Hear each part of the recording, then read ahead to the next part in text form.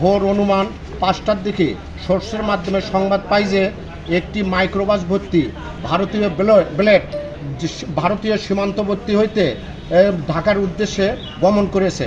উক্ত সংবাদের ভিত্তিতে আমি আমার র্যাব 14 CPC 1 এর একটি চৌকস আভিযানিক দল নিয়ে আমি অত্র জামালপুর মধুপুরগামী পাকা রাস্তার ওপর বীরনন্দপাড়া রোকেয়া ফিলিং স্টেশনের সামনে আমরা চেকপোস্ট কার্যক্রম পরিচালনা করি।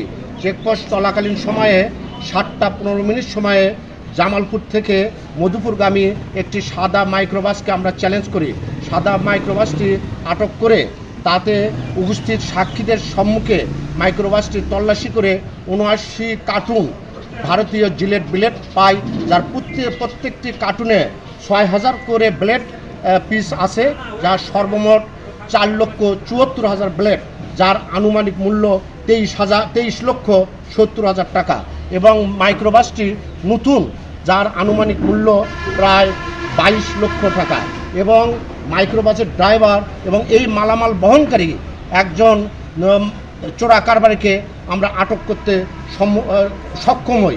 উক্ত মালামাল চোরা কারবারিদের বিরুদ্ধে আইনগত প্রক্রিয়াধীন এবং পলাতক এবং মালের মালিক যে তাকে গ্রেপ্তারের চেষ্টা অব্যাহত আছে।